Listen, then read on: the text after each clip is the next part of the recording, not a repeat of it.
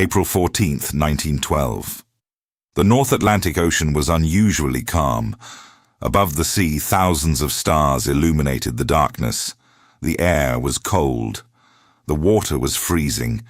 Yet aboard a magnificent ship crossing those waters, most passengers felt completely safe. Families slept comfortably in their cabins. Friends gathered in elegant lounges, sharing stories and laughter. Crew members continued their duties as the ship moved steadily toward America. No one knew that history was only a few hours away from changing forever. The ship was called the RMS Titanic. At the time, it was the largest passenger ship ever built. Its construction represented the pride of an industrial age. Engineers, businessmen, and journalists described it as a wonder of modern technology. Engineers, businessmen, and journalists described it as a wonder of modern technology. Everything about the Titanic was designed to impress. It featured electric lighting, a swimming pool, fine dining rooms, and accommodations unlike anything most travelers had ever seen. To many people, the Titanic was more than a ship. It was proof that humanity could conquer nature itself. More than 2,000 people boarded the Titanic.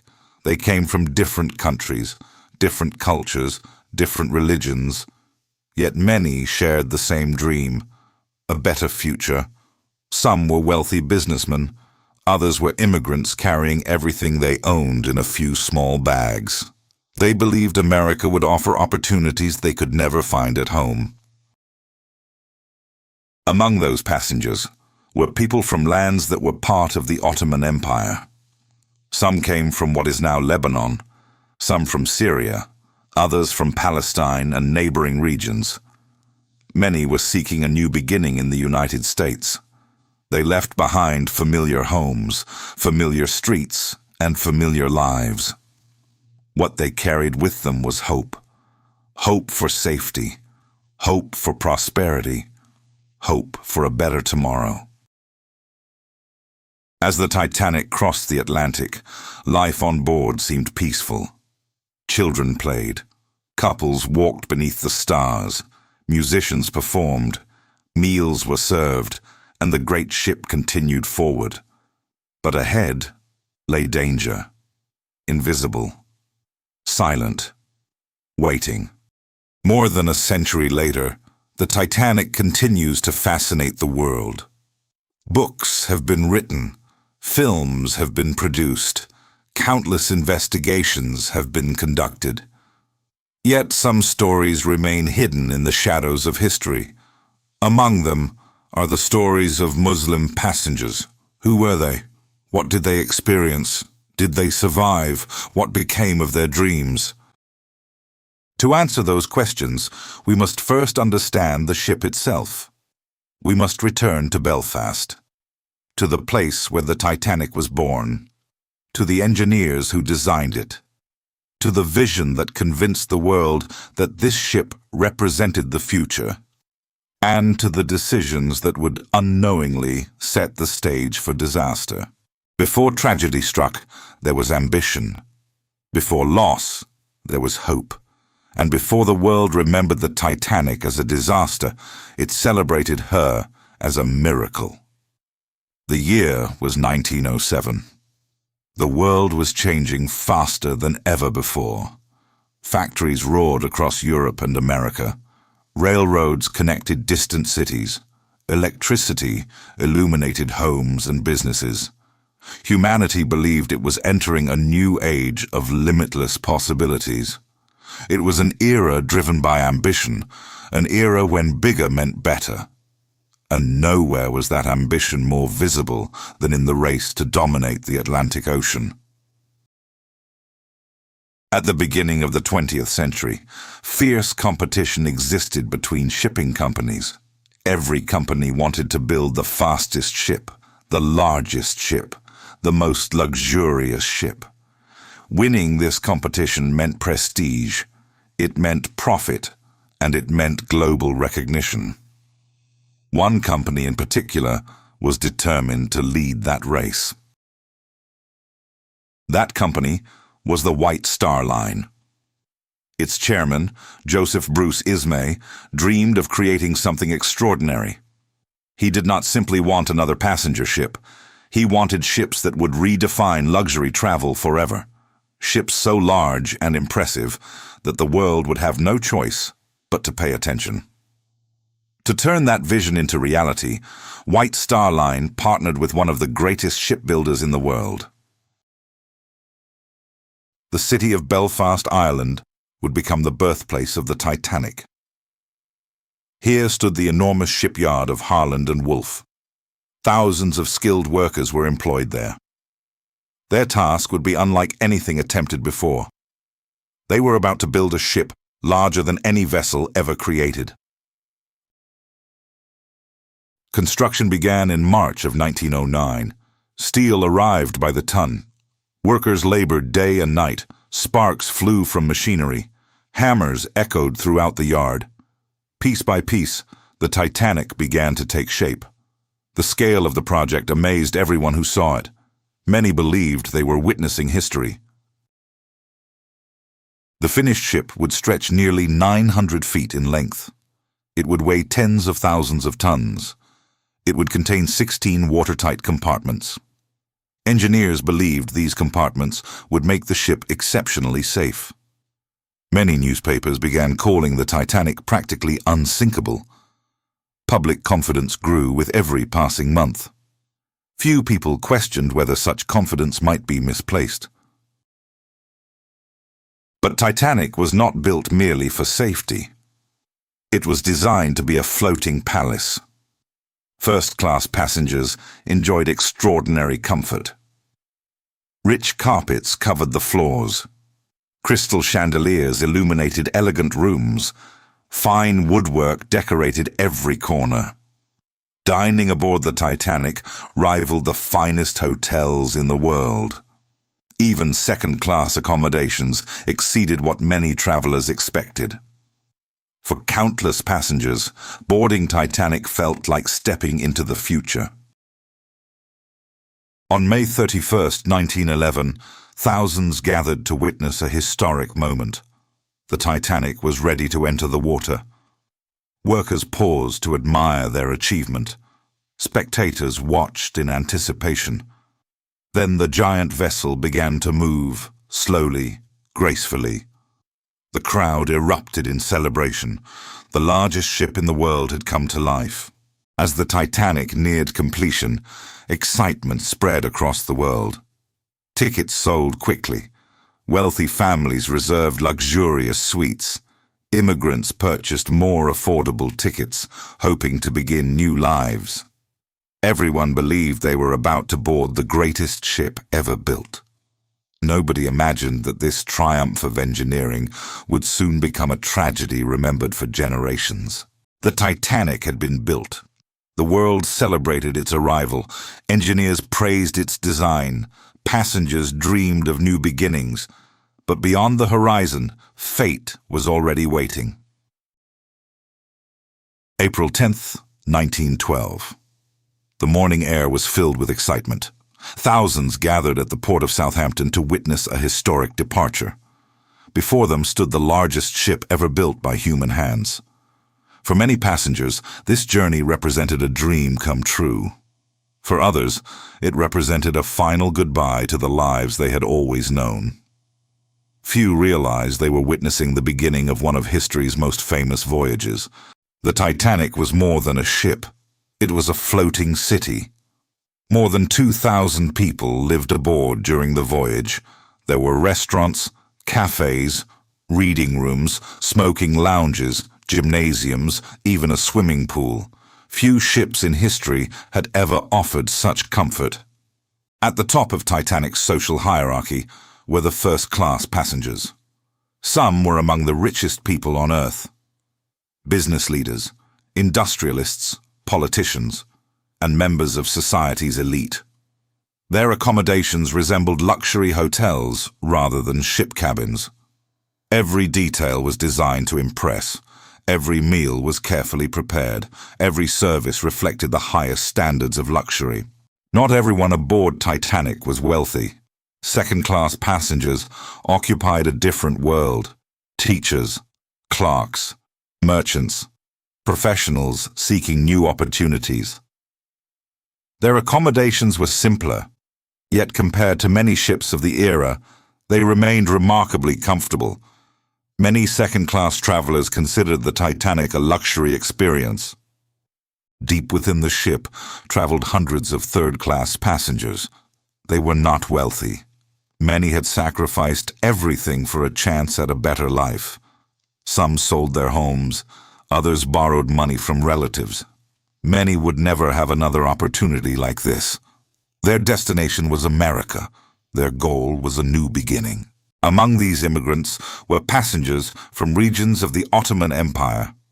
Some came from villages in present-day Lebanon, others came from Syria. Some originated from Palestine and nearby regions. They traveled with the same hopes shared by millions of immigrants. Better jobs, better education, better lives for their children. Their stories would later become part of Titanic's forgotten history. During the first days of the voyage, life seemed peaceful. Children played games, musicians performed for guests, friends gathered for conversation, families explored the enormous vessel. The ocean appeared calm, the future seemed bright. Few passengers worried about danger, few imagined disaster. Yet beneath the excitement, invisible divisions existed. The Titanic reflected the social structure of the world itself. First class enjoyed the finest accommodations. Second class lived comfortably. Third class occupied more modest areas of the vessel. These divisions affected daily life. They would later influence survival itself. But no one knew that yet. As the days passed, Titanic continued westward across the Atlantic. Passengers settled into routine. Laughter echoed through hallways, music filled the lounges, hope filled the hearts of travelers. Yet far ahead, hidden among the icy waters of the North Atlantic, danger waited, silent, unseen, and moving ever closer. On board the Titanic, life seemed perfect. Dreams were alive. Families looked toward the future. The ocean was calm. But history was about to change forever. By April 14, 1912, the Titanic had been at sea for 4 days. The great ship had traveled hundreds of miles from Europe. Passengers continued to enjoy the voyage. The atmosphere on board remained relaxed and optimistic. Yet far ahead, the North Atlantic was changing. The Titanic was approaching a region known for drifting icebergs. These giant mountains of ice had broken away from glaciers far to the north. Carried by ocean currents, they slowly drifted southward into busy shipping lanes. Throughout April 14th, messages began arriving from nearby ships. These were not ordinary messages. They were warnings. Ships ahead reported large icebergs directly in Titanic's path. Some reported vast fields of floating ice. Others described dangerous conditions developing throughout the region. One warning after another reached the Titanic. Yet life aboard the ship continued as normal. At the heart of Titanic's communication system were 2 wireless operators. Their equipment represented some of the most advanced technology of the era. For the first time in history, ships could communicate across great distances without physical contact. Messages arrived throughout the day. Some were routine communications, others contained reports of ice. Unfortunately, the wireless operators were overwhelmed with passenger traffic. Wealthy travelers were sending personal telegrams to friends and family. The operators worked tirelessly to keep up. As the sun began to set, conditions became increasingly deceptive. The sea grew remarkably calm. There were almost no waves, no wind, no storms. At first glance, these conditions appeared ideal. But for sailors, they created a hidden danger. Waves normally break against icebergs, making them easier to spot. On this night, there would be no such warning. High above the deck, two lookouts stood watch inside the crow's nest. Their task was simple: watch the sea ahead, identify hazards, protect the ship. But on this voyage, they faced a serious disadvantage. They had no binoculars.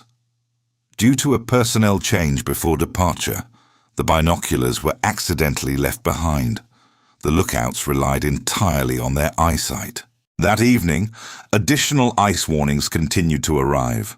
One message specifically described large icebergs directly ahead. Another reported dangerous ice conditions across the shipping route, yet not every warning reached the bridge with the urgency it deserved. Some reports were delayed, others were overlooked. The Titanic continued at nearly full speed. Confident, powerful, unaware of how little time remained. Darkness settled across the North Atlantic. Temperatures dropped rapidly. The air became bitterly cold. Most passengers were asleep. Others enjoyed one final evening aboard the magnificent ship. Music drifted through the lounges. Laughter echoed through hallways. Everything appeared normal, yet beyond the darkness a silent giant waited. As midnight drew closer, the Titanic raced forward through the darkness. Mile after mile disappeared behind her. The engines continued their relentless rhythm. The officers maintained course. The lookouts remained at their posts.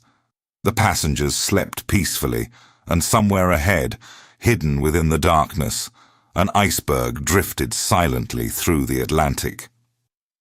In less than an hour, history would change forever. The warnings had been sent. The ice had been reported. The danger was real. Yet the Titanic continued forward into the freezing darkness of the North Atlantic.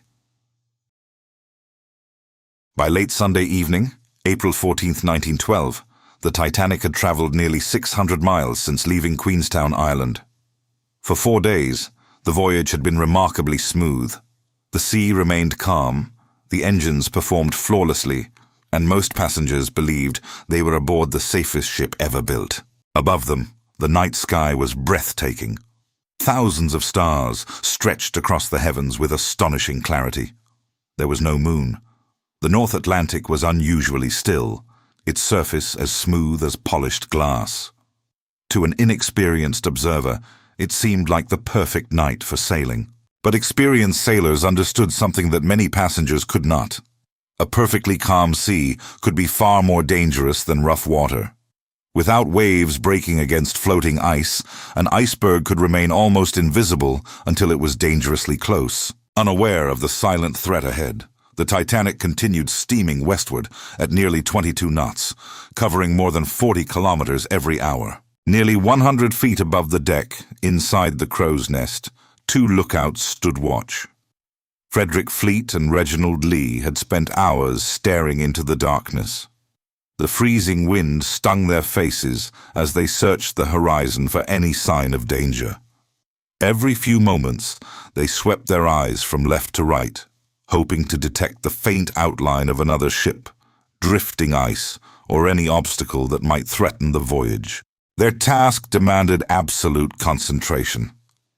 In 1912, there were no radar systems, no satellite navigation, and no thermal cameras. The safety of more than 2,000 people depended almost entirely upon human eyesight. Unknown to them, they faced an additional disadvantage. They had no binoculars. Earlier personnel changes before the voyage meant the key to the locker containing the binoculars had never reached them.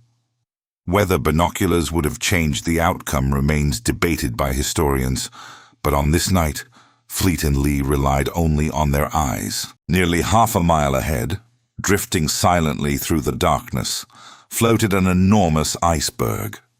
It had likely broken away from a Greenland glacier months earlier before beginning its slow journey southward, carried by powerful ocean currents. Rising roughly 50 to 60 feet above the surface, the visible portion represented only a fraction of its true size. Nearly 90% of an iceberg remains hidden beneath the water. The iceberg neither moved toward the Titanic nor attempted to avoid it. It simply drifted, silent and motionless, following nature's course. Every second, the distance between the ship and the iceberg grew shorter. At exactly 11:40 p.m., Frederick Fleet suddenly noticed something unusual. Straight ahead, directly in Titanic's path, a dark shape interrupted the line of stars along the horizon. Within seconds, he realized what he was seeing: an iceberg. Fleet immediately rang the warning bell 3 times, the internationally recognized signal for danger directly ahead. Then he grabbed the telephone connected to the bridge. His voice was calm but urgent. "Iceberg right ahead." Those 3 words would become some of the most famous in maritime history. On the bridge, First Officer William Murdoch reacted instantly. There was no hesitation. He ordered the helm hard to port, a maneuver which, under the steering commands of the day, directed the ship's bow to starboard, away from the iceberg, and simultaneously ordered the engines adjusted to reduce forward power. Crew members responded immediately, executing the commands with remarkable speed. But physics offered little mercy. The Titanic measured nearly 900 feet in length and weighed more than 46,000 tons. Even with a rapid response, a vessel of that size could not change direction instantly. Momentum had already taken command. For a brief moment, it appeared the Titanic might avoid disaster. The bow slowly began turning. The massive iceberg slipped past the starboard side. Then came a sound unlike anything most passengers had ever heard. Not a violent explosion, not a crushing collision. Instead, many survivors later described a long, scraping vibration, almost gentle, as though the ship was slowly dragging its side across rough stone. Beneath the waterline, however, the consequences were catastrophic. Ice forced steel plates apart along sections of the hull, opening multiple areas to the sea. Within moments, seawater began rushing into the forward compartments. The fate of the Titanic had already been sealed. Most passengers never realized that anything serious had happened. Some felt only a slight vibration beneath their feet. Others continued reading, laughing, or sleeping peacefully in their cabins. Above them, the stars still shone. The orchestra had not yet stopped playing. But deep below the waterline, the Atlantic Ocean had already entered the Titanic, and from that moment forward, there would be no turning back. For several moments after the collision, an eerie silence settled over the Titanic. There was no deafening crash, no violent explosion. Many passengers barely noticed that anything unusual had happened. Some felt only a slight shudder beneath their feet, while others continued their conversations, finished their evening drinks, or remained asleep in their cabins. On the bridge, however, the mood changed instantly. Officers knew that any collision with ice demanded immediate inspection. Captain Edward John Smith was informed without delay and made his way to assess the situation. Below deck, crew members were already moving quickly through the forward sections of the ship.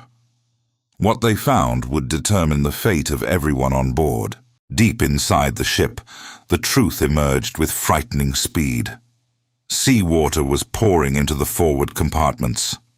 Firemen and engineers watched as freezing Atlantic water rushed through damaged sections of the hull. Pumps were activated immediately, but they could not keep pace with the flooding. One compartment after another began to fill. The Titanic had been designed to remain afloat even if several watertight compartments were flooded. But the collision had damaged more compartments than the ship had been built to survive.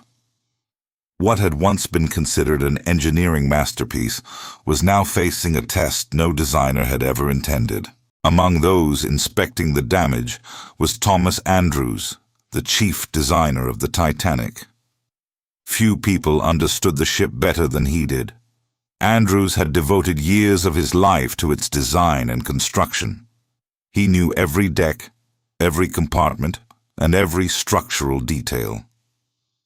Accompanied by Captain Smith and senior officers, Andrews carefully examined the flooded sections. He calculated how quickly the water would spread from one compartment to the next. The conclusion came with heartbreaking certainty. The Titanic would sink. According to survivor accounts, Andrews estimated that the ship had roughly 1.5 to 2 hours before it would be lost. The exact wording of his assessment is uncertain, but the message was unmistakable. There was no realistic way to save the ship. Captain Smith had spent decades at sea. He had commanded some of the world's finest ships and earned a reputation for calm leadership. Now he faced the greatest challenge of his career. There was no possibility of reaching land in time. No nearby harbor. No rescue vessel close enough to arrive before the flooding overwhelmed the ship. Only one option remained. Prepare the lifeboats. It was an order no captain ever wished to give. While the crew prepared the lifeboats, the wireless operators returned to their equipment. Jack Phillips and Harold Bride worked tirelessly, sending distress messages into the darkness. At first, they transmitted the international distress signal CQD, followed by the newer signal, SOS, which had only recently been adopted. Their messages carried a desperate plea. Come at once. We have struck ice. Across the Atlantic, nearby ships received the calls. Some immediately changed course.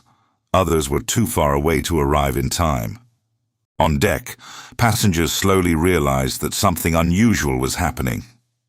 Crew members quietly instructed them to put on life jackets and come outside. Many did not believe the situation was serious. The ship still appeared steady. The electric lights remained on. The engines had only recently stopped. Some passengers laughed nervously, assuming the precaution was temporary. Others hesitated to leave the warmth of their cabins and step into the freezing night. Few could imagine that every passing minute reduced their chances of survival. Shortly after midnight, the first lifeboats were lowered. They carried far fewer people than they could have held. Many passengers were reluctant to leave the apparent safety of the Titanic for a small wooden boat suspended above the freezing ocean. Some even refused to board. From the deck, the ship still looked magnificent. It was brightly lit, stable, and far larger than the fragile lifeboats waiting beside it. Tragically, this false sense of security would cost many lives. Minute by minute, the Atlantic claimed more of the Titanic. Water continued to spread through the forward compartments. The bow settled lower into the sea. Though the change was subtle, experienced officers could see it. The ship that had once symbolized human confidence was now slowly surrendering to the forces of nature. Above, the stars remained unchanged. Around them, the ocean was silent. And somewhere beyond the darkness, rescue ships raced toward a tragedy they could not prevent. The truth could no longer be hidden. The Titanic was dying. Engineers knew it. The captain knew it. Soon, every passenger would know it as well. What began as an orderly evacuation would soon become a desperate struggle against time, fear, and the unforgiving waters of the North Atlantic. Shortly after midnight, the atmosphere aboard the Titanic changed completely. What had begun as quiet concern slowly transformed into growing alarm. Passengers emerging onto the boat deck noticed something unsettling. The ship no longer rested perfectly level. The bow had begun to settle deeper into the freezing Atlantic. Crew members moved with increasing urgency. Their calm voices remained reassuring, but their pace revealed the seriousness of the situation. More lifeboats were uncovered. More officers shouted instructions through the cold night air. The illusion that everything would soon return to normal was beginning to disappear. Families gathered together. Parents wrapped blankets around their children. Friends searched for one another among the growing crowds. No one knew exactly how much time remained, but everyone could feel that something irreversible had begun. Captain Smith instructed his officers to begin loading the lifeboats with women and children first. The order reflected a long-standing maritime tradition, though its application varied from one lifeboat to another. Officers interpreted the command according to their judgment, and the evacuation unfolded differently on opposite sides of the ship. Some men stepped back without protest, helping wives, daughters, and mothers into the boats. Others hesitated, unwilling to separate from the people they loved. Husbands kissed their wives goodbye, believing they would meet again in New York.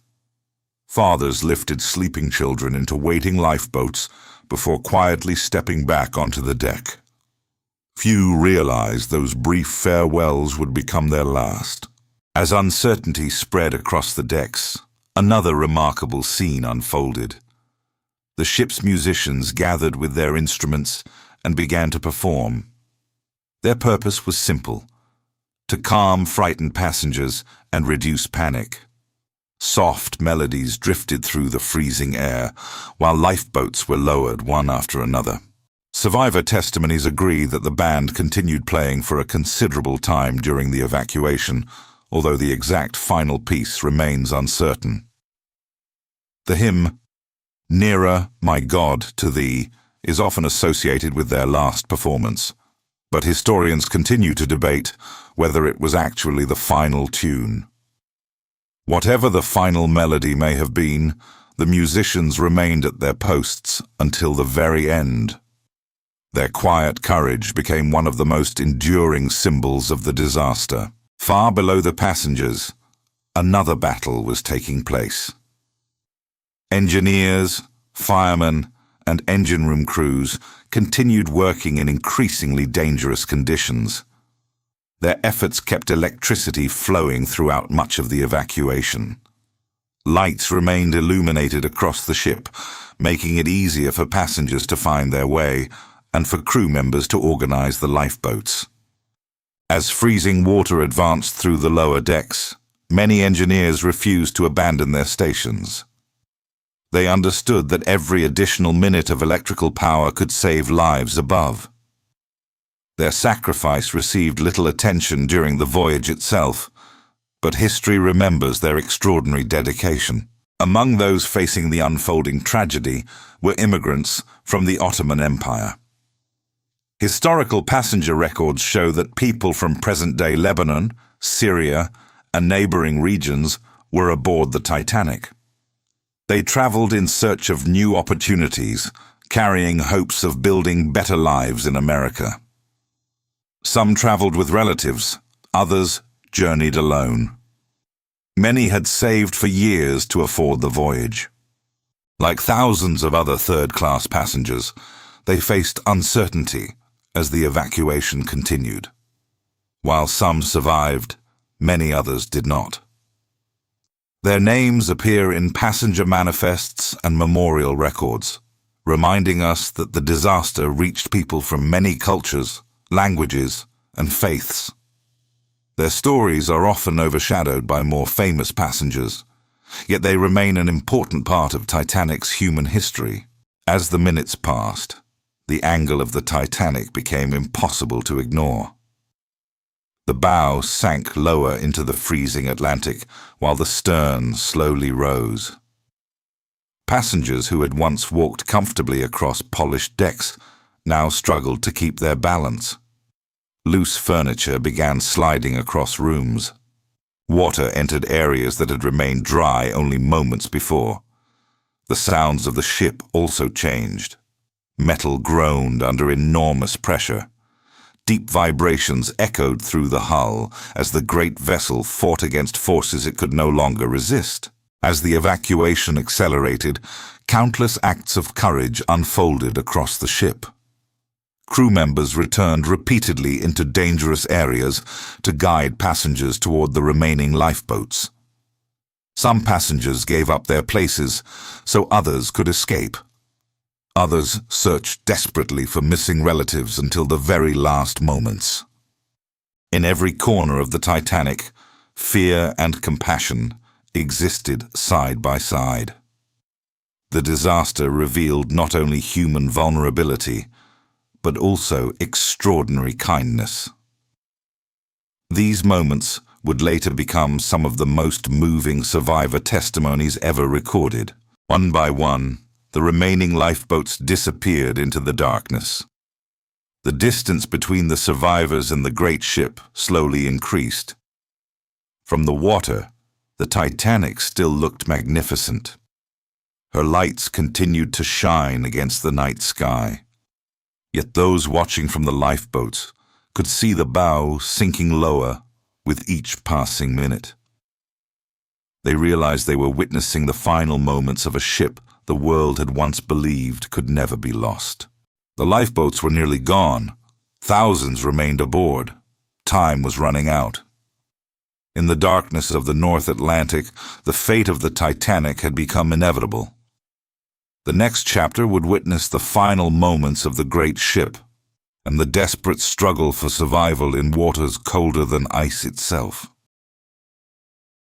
By 1:45 in the morning, nearly 2 hours had passed since the Titanic struck the iceberg. The transformation of the great ship was now impossible to ignore. What had once been a proud symbol of modern engineering had become a vessel struggling against the relentless force of the Atlantic Ocean. The bow continued to sink deeper into the freezing water. With every passing minute, thousands of tons of seawater poured into the forward compartments. Pumps continued operating, but they were hopelessly overwhelmed. Gravity had become the ship's greatest enemy. As each flooded compartment filled completely, water spilled into the next, creating an unstoppable chain of events that the Titanic had never been designed to withstand. On deck, passengers noticed that walking required more effort than before. The slight downward angle was becoming increasingly obvious. Chairs, loose equipment, and forgotten luggage slowly shifted across polished wooden floors. Crew members no longer attempted to reassure everyone that the delay was temporary. Their expressions revealed the truth long before their words did. Time was running out. Most of the standard lifeboats had already departed. Many floated only partially filled, a tragic consequence of uncertainty during the early stages of the evacuation. Officers had feared overcrowding and structural failure while lowering the boats. At the time, few passengers believed the Titanic would actually sink. That hesitation could never be reversed. Now, the remaining boats were launched with far greater urgency. Every available space mattered. Families desperately searched for one another through the growing confusion. Some called the names of husbands who had disappeared into the crowd. Others searched for children who had wandered only moments earlier. Crew members shouted directions above the growing noise. The once orderly evacuation was becoming increasingly chaotic, not because discipline had vanished, but because time itself had become the enemy. Deep within the lower decks, hundreds of third-class passengers faced a difficult situation. Many had little knowledge of the ship's layout. The corridors were unfamiliar. The route to the boat deck was confusing even under normal circumstances. As the ship continued to tilt, moving through those passageways became increasingly difficult. Survivor testimony shows that some third-class passengers reached the upper decks and escaped successfully. Others struggled to find the correct routes before valuable time was lost. Language barriers also created challenges. Passengers came from many different countries and did not always understand the shouted instructions of the English-speaking crew. Despite these obstacles, numerous crew members worked tirelessly to guide passengers toward the lifeboats whenever possible. The disaster affected people from every social class, every nationality, and every background. Among the immigrants were families from regions then governed by the Ottoman Empire. They had boarded the Titanic with dreams remarkably similar to those of countless others. They hoped to find work, to reunite with relatives, to build safer and more prosperous lives across the Atlantic. Historical records preserve many of their names, although the details of every family's final moments have not survived. Some members of these communities reached lifeboats and lived to tell their stories. Others disappeared into history beneath the freezing waters of the Atlantic. Their tragedy reminds us that the Titanic was not only a British story or an American story. It was a global human tragedy, touching lives from Europe, the Middle East, North America, and beyond. As the bow sank deeper, the Titanic itself seemed to protest. Survivors later recalled hearing deep metallic groans echoing through the hull.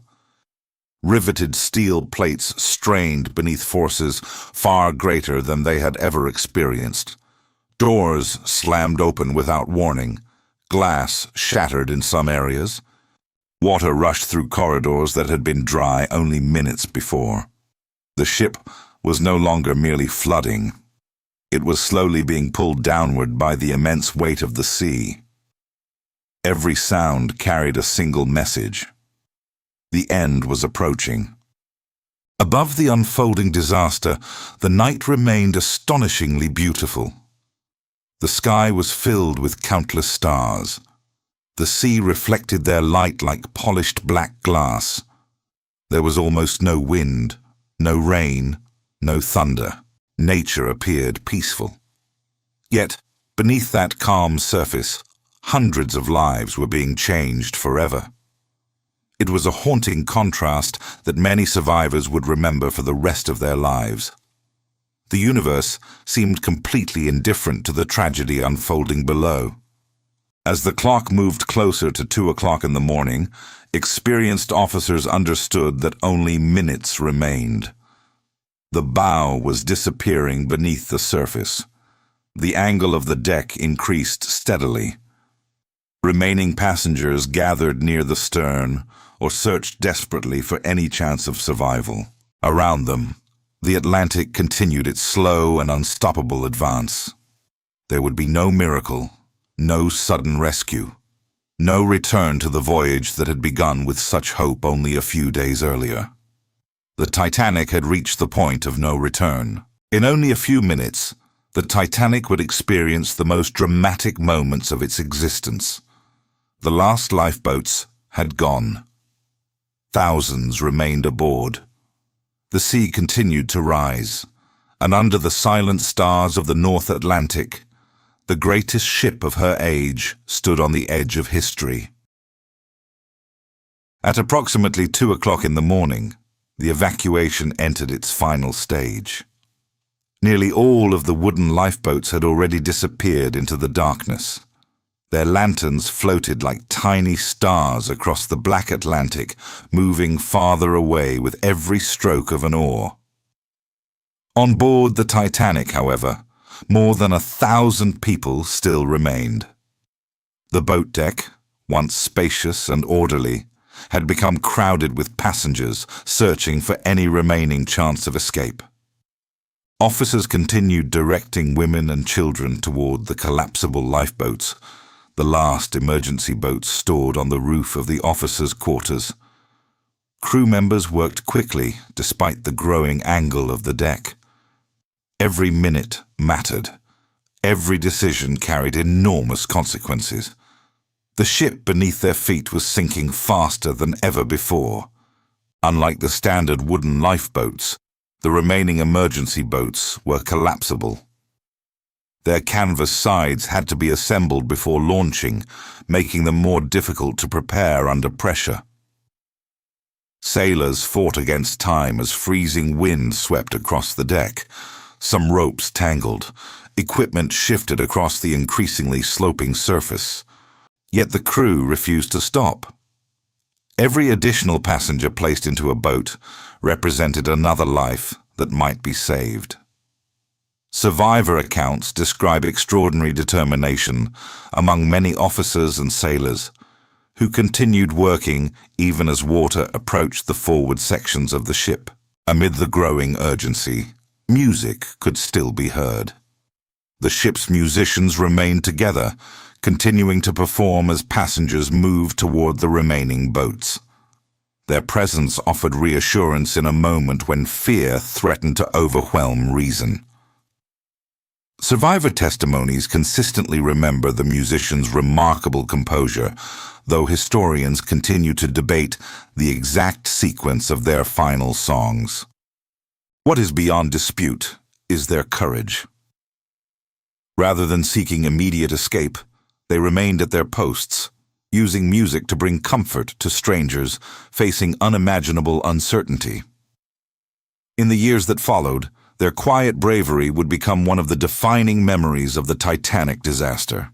Beneath the decks, the flooding accelerated. One watertight compartment after another had already filled completely. As the bow sank lower, seawater flowed over the tops of the compartment walls into neighboring sections, a phenomenon the ship's designers had hoped would never occur. The engineers continued working for as long as conditions allowed. Steam hissed through pipes. Machinery echoed through the darkened compartments. Electrical systems still functioned, bathing the ship in light, even as the sea claimed more of its interior. Their determination bought precious time for those still escaping above. By now, the Titanic's appearance had changed dramatically.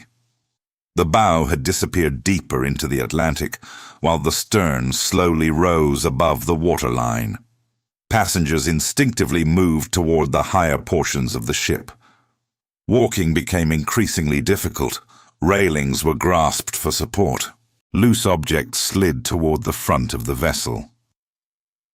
Survivor testimonies describe an atmosphere of growing urgency, yet many people continued helping one another despite the worsening conditions.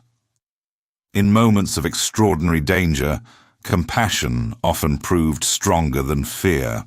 Throughout the evacuation, distress rockets continued to rise into the night sky.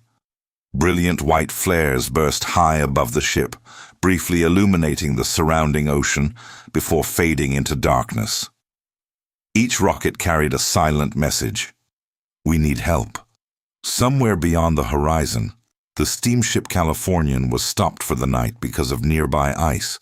Members of her crew observed rockets in the distance, yet the exact meaning of those signals was not fully understood at the time. Historians continue to examine the decisions made that night and why no immediate rescue followed. Meanwhile, the Carpathia, more than 50 miles away, raced through the darkness after receiving Titanic's distress calls. The water surrounding the Titanic measured approximately -2 degrees Celsius, cold enough to induce cold shock within moments and severe hypothermia soon after. Those already seated in lifeboats watched in stunned silence. The great ship still shone brightly against the night. From a distance, it remained difficult to believe that such a magnificent vessel could soon disappear forever. Some survivors later recalled praying quietly. Others simply stared, unable to comprehend what they were witnessing. Between the lifeboats and the Titanic stretched an ocean of darkness, broken only by the ship's glowing lights and the reflection of the stars above. As the clock moved toward 2:15 in the morning, every person still aboard understood that the end was near. The angle of the deck increased rapidly. Water reached areas that had never before touched the sea.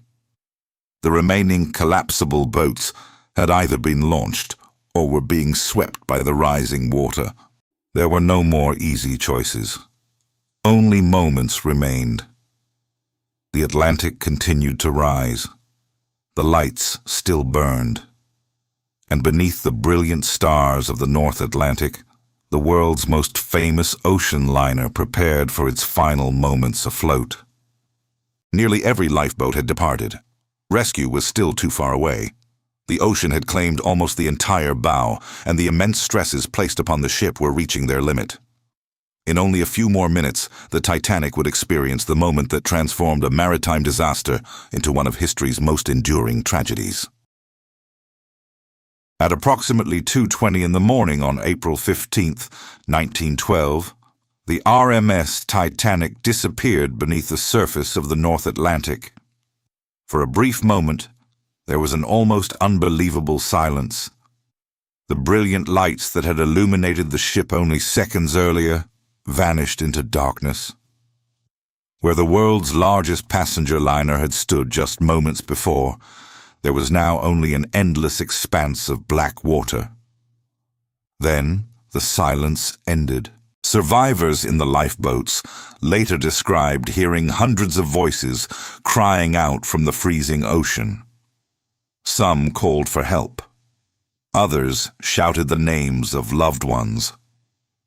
The cries echoed across the still Atlantic, carrying through the cold night air. Many survivors would later say that these sounds became the most haunting memory of their lives. They would never forget that terrible chorus in the darkness. The water temperature that night was approximately -2 degrees Celsius, just below the freezing point of fresh water, but still liquid because of its salt content. Entering water that cold triggers an immediate physiological response known today as cold shock. Breathing becomes difficult, muscles lose strength.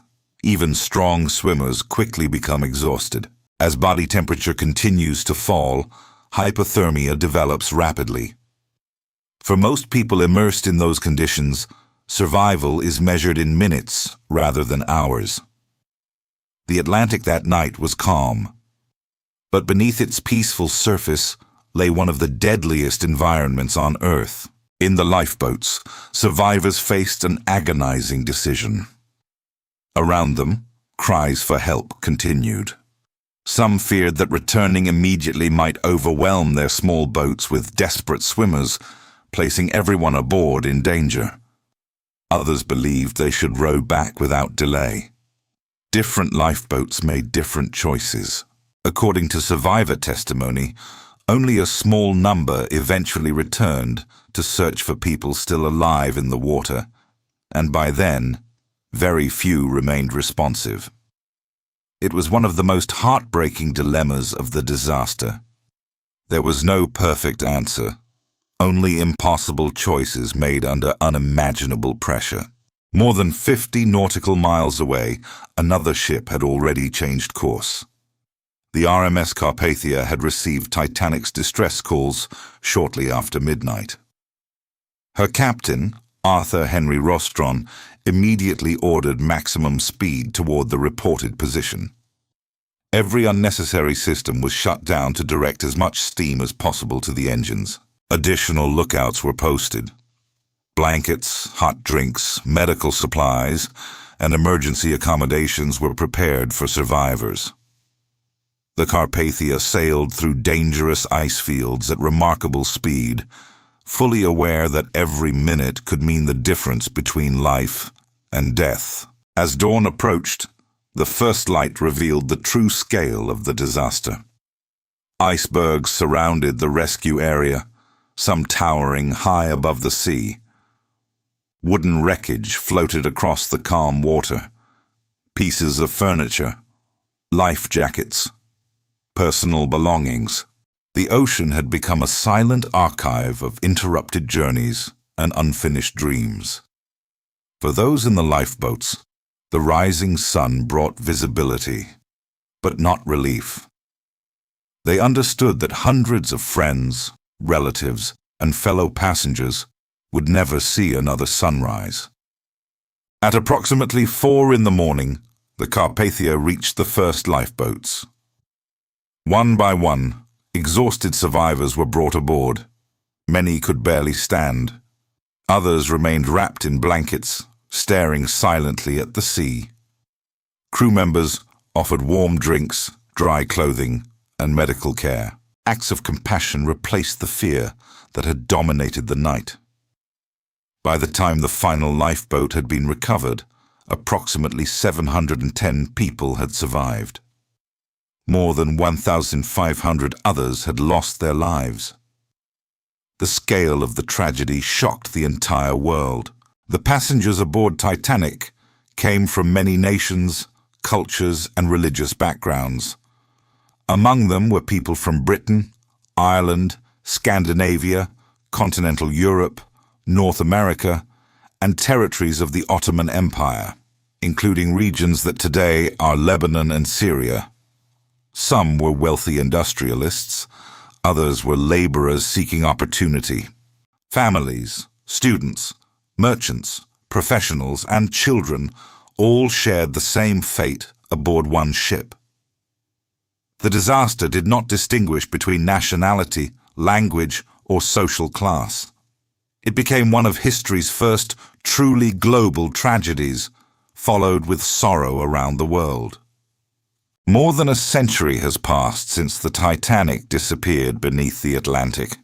For Muslims, as for many people of faith, the disaster can be viewed as an opportunity for reflection rather than as proof of divine judgment on specific individuals. The Quran repeatedly reminds humanity that worldly power, wealth, and technological achievement are temporary. Human beings are encouraged to strive, to build, and to seek knowledge, but also to remain humble, recognizing that ultimate control belongs to Allah alone. The Titanic was a remarkable engineering achievement, created through the skill and dedication of thousands of workers. Its loss does not diminish those accomplishments. Instead, the tragedy reminds us that confidence should never become arrogance, and that careful preparation, compassion for others, and humility remain timeless values. Across the decks of the Titanic, people from many backgrounds helped strangers, comforted children, served until the end, and sacrificed for others. Those acts of courage continue to inspire generations, regardless of nationality or religion. History remembers not only how the Titanic was lost, but also how ordinary people revealed extraordinary character when faced with the unimaginable. The Titanic's voyage lasted only a few days, but its story has endured for more than a century. It is remembered not only because a great ship was lost, but because it revealed both the limits of human achievement and the strength of the human spirit. For people of every faith and every nation, the tragedy continues to remind us that life is precious, humility is essential, and compassion is among the greatest legacies we can leave behind.